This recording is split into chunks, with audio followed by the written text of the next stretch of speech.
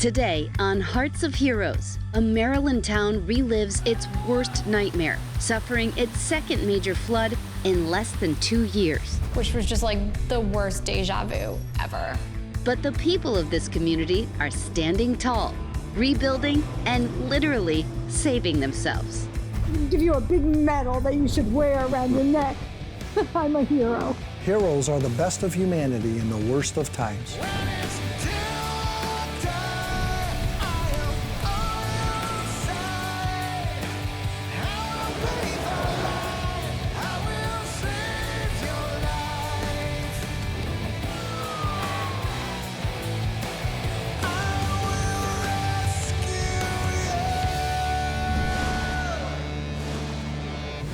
If you've had the misfortune of living through something as horrible as a flood, you might be inclined to think that that was a once-in-a-lifetime event.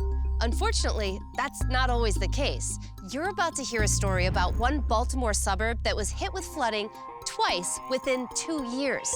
What makes this even more extraordinary is how much the people there had each other's backs. Ellicott City, Maryland is a quaint, historic town of just over 65,000 people. Nestled in a valley between two rivers, the Tiber and the Patapsco, it also houses the oldest surviving train station in the United States. But perhaps most importantly, Ellicott City is as close-knit a community as they come. I've been in Ellicott City for 22 years in business. I love this town. This town is like my family away from my family. We've had husbands and wives who've met here. And birthdays celebrated, and graduations, and engagements, and you just become a part of the community. In July of 2016, another major life event hit this charming town, a devastating flood that wiped out many businesses right along Main Street. Terrifying, terrible. We lost everything. I lost everything, and I don't know, it was just supposedly a 1,000-year flood. People are still a little on edge after the flood in 2016. Yeah, we don't like rain down here. 2016, we were out of work for 6 months. But incredibly, the selfless spirit of teamwork helped the town and the Phoenix rise to glory once again. My employees were without jobs, and should have been out looking for other employment. Instead, they came here and grabbed shovels and suits and masks and dug us out and helped us rebuild and helped us get reopened. And just as Mark had done a couple doors away, Joan Eve decided to rebuild her business. At that time, I was 73 years old, and I felt like I still had the energy and the go-get-it to do it again. And Gary was right by my side and helped me get started again with getting the inventory placed and all that. Fast forward to less than 2 years later, Memorial Day weekend, 2018, when the unthinkable happened. It started to rain around 4 o'clock. We had customers in the store. We cut them little plastic bags and put them over them so they wouldn't get all soaked, hoping afterwards that they made it okay. We were here, it was raining. There was a lot of water coming down the street, rushing down next to the curbs, down the sidewalk, which is normal when you're in a valley. And then it just didn't stop, and it didn't let up at all. I've never seen it pour so hard. It was crazy. And it went from filling up the gutters to suddenly it was at the curb, and then it was over the sidewalk, and it was just 2016 all over again. Here we go again, everybody. It wasn't very long after that, the barrage of 911 calls requesting assistance came in. The water was moving much quicker than what any of us had ever seen before. We were dealing with 5 feet of fast-moving water that was swallowing up cars and pushing cars down the street. And then looked, and there was just a wall of water coming down the road, like 5 or 6 feet high. Guys, we've got cars floating again. First responders arrived on scene almost instantly, but because of the river of water coming down the street, they had almost no access to the Phoenix and other businesses. That's when everyday people had to step up and help each other the best they could. All of a sudden, it wasn't just coming in like a little puddle into the front. It was coming in fast and furious. I remember saying to Joan Eve, we have to get out of here. It is getting out of control, and we need to get to higher ground. And at that point, we were kind of like, all right, like, we're not doing this. Get customers through the kitchen and upstairs. We got everybody upstairs, and then the carnage kind of started.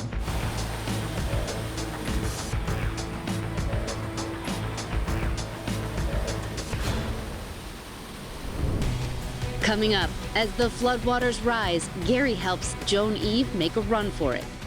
It was so horrifying. It was the closest thing I've ever felt like I was gonna die. And later, first responders help a woman trapped in her apartment. I don't even know how the firefighters came in to find me, but I'm so glad they did. But first, this important safety tip. In terms of safety, did you know there's a very important difference between the words watch and warning?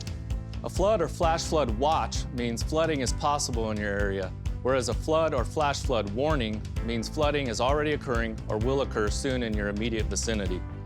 If you're under a warning, please follow the advice and potential evacuation orders put forth by local officials. It could be the most important choice you ever make to keep you and your loved ones out of harm's way.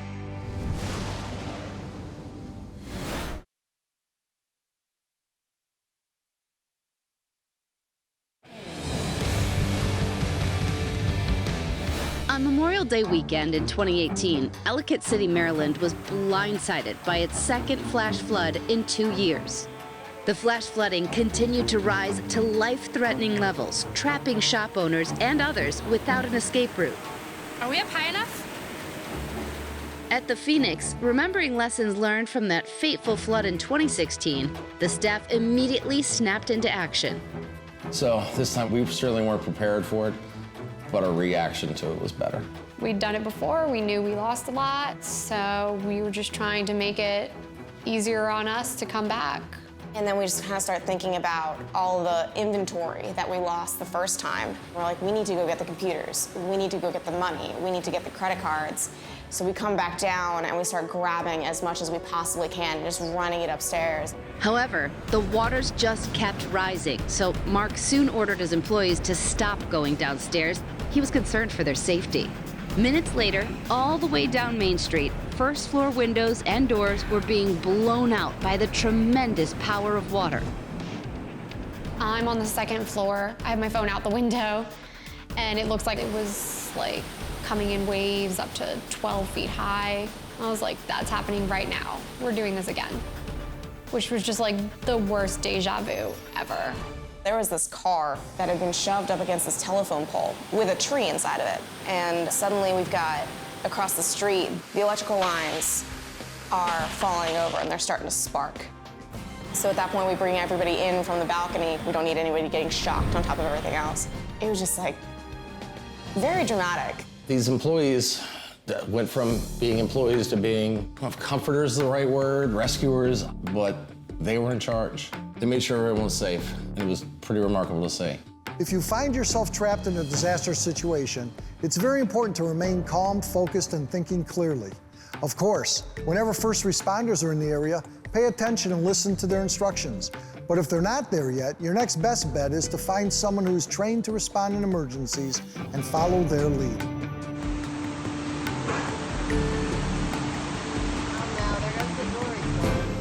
As many people were, for the time being, safe on upper floors, Joan Eve Shea Cohen and her friend Gary Weltner were dangerously trapped by the ferocious floodwaters with nowhere to go and in desperate need of help. He just said, hold on as tight as you can. And I did. With one arm, I'm holding onto a railing across the Tiber River Bridge. So as he was bent over, actually trying to get forward, I looked like I was on his back. I probably was on his back, actually. This brief glimpse of video taken by a neighbor captured Joan Eve and Gary as they slogged through the treacherous current. Another neighbor, Callie Harris, was trapped in her third-floor apartment across the street and watched it all play out. It was really, so scary to watch because I was so helpless in the matter. There's nothing I could do. I just had to watch them kind of fight for their lives. I looked over my right shoulder at one point, and I saw that two of the railings that I had just held onto had broken away. And I yelled, Gary, the railing's giving out. We're gonna drown in the Tiber.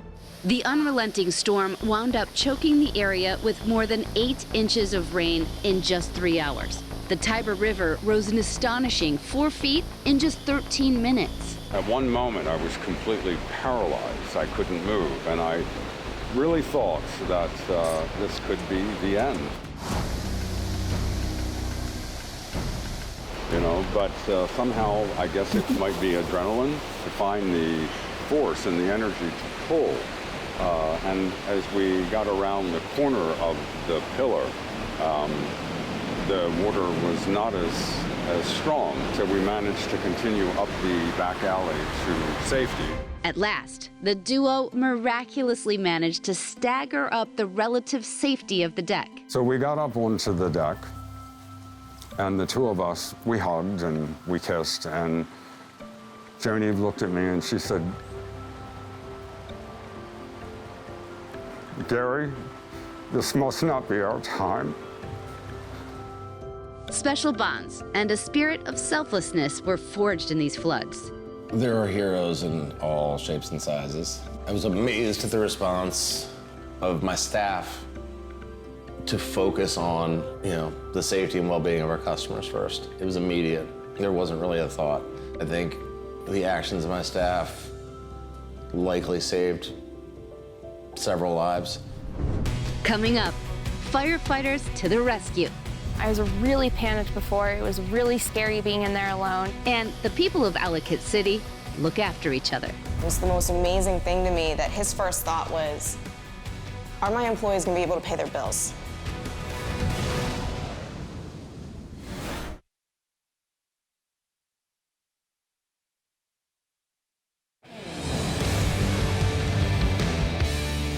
Welcome back. The people of Ellicott City, Maryland will never forget the flash flood that took their town hostage one Memorial Day weekend. Hundreds of people were trapped on Main Street for more than 3 hours. Some were forced to scramble to higher ground. And as conditions changed, first responders were able to rush in and rescue those who were stranded. You have to take into consideration the debris floating in the water, down power lines because the power poles are getting knocked over by the water that's moving down the street. So the hazards are all abound, all around them. And knowing where those hazards are and anticipating on what had to be done. Ellicott City resident Callie Harris, though safe, was trapped with no way out. I was really panicked before. It was really scary being in there alone. I have no idea how the firefighters got into my building because the back part is kind of on a hill and it's hard to access and there was water rushing down. I had to go with a firefighter who was so nice, and we crawled up on the rooftops and then down some stairs, and he helped me across the street up to higher ground, made sure I was safe. Back at the Phoenix, a different kind of support was taking place. At one point, I'm looking around, and I don't see Mark anywhere. So I go to find him, and he's up in the office. And I'm like, what are you doing? He's like, I'm taking care of payroll. It was the most amazing thing to me that his first thought was, are my employees gonna be able to pay their bills? With Mark busy being a hero for his employees, Howard County first responders were on top of evacuations, not just in Ellicott City, but the entire area. That was a challenge for us very early on to make sure that we dove out enough resources to make sure that we could get the job done safely and to be able to, give the people the service and the help that they needed. They were helping everybody, get out and get to higher ground because there were a lot of people there. So they had a big job to do. Just to know the firefighters had my back and, they were in there with me and I wasn't totally alone anymore was really nice. Across the street, Joan Eve was so grateful that her quick-thinking friend literally had her back. But I will tell you that had Gary not been there, I don't know what I would have done. I don't know. I can't say that I can even imagine what my life would be like without her. But I'm so grateful that I was able to do whatever I was capable of doing to save my dearest friend.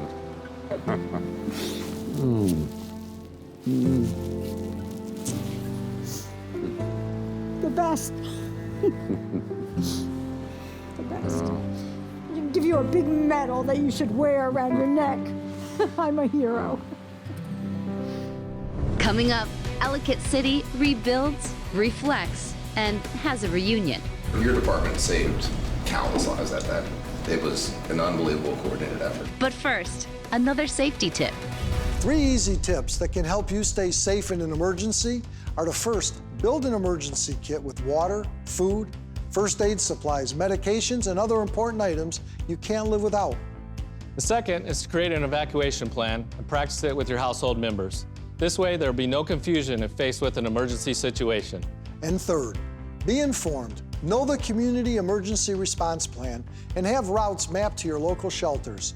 You can never be too prepared.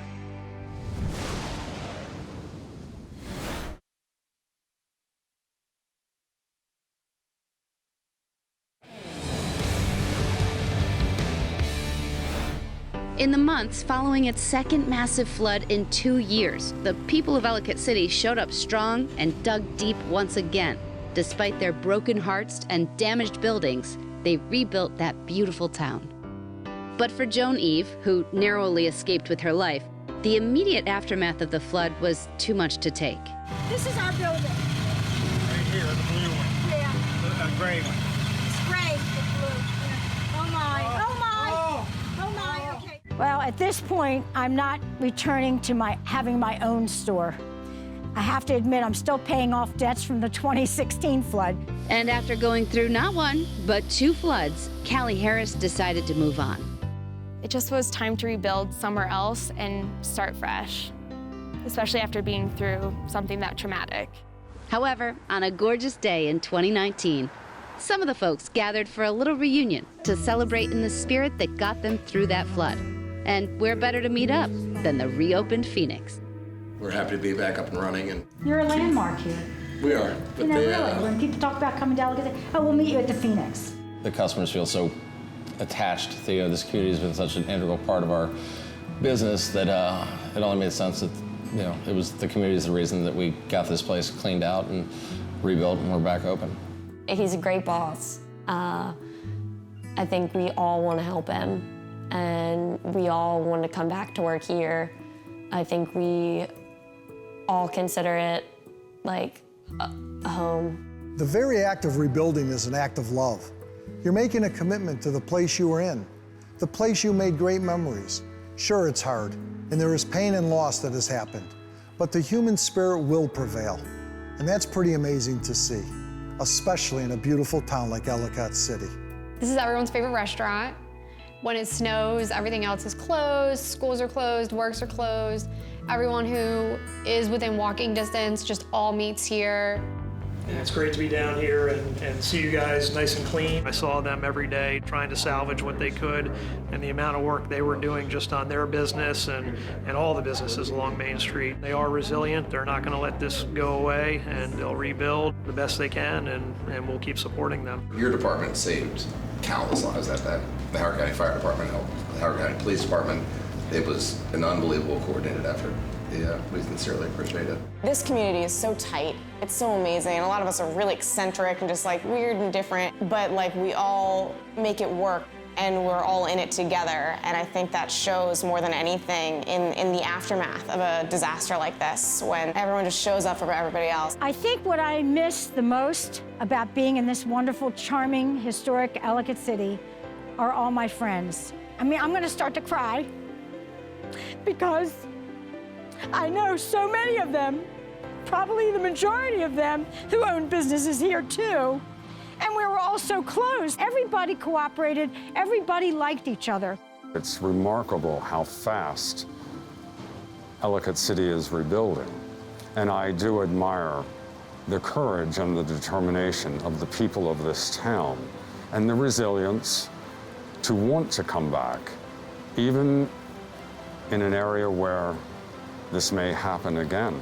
I really, in my gut, feel that Ellicott City will be here for many years to come because of everything it's already been through. I mean, supposedly the history says that our town has been flooding since the 1700s. Well, if that's true, we're still here all over the world through wars and floods and volcanoes and fires.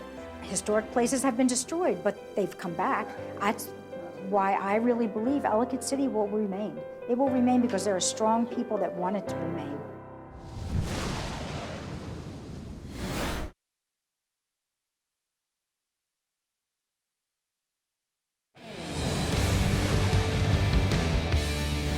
Thanks to the community for coming together, the hardship from this historic flood was eased. It's the human spirit at its best. I'm Ginger Zee. Thanks so much for watching.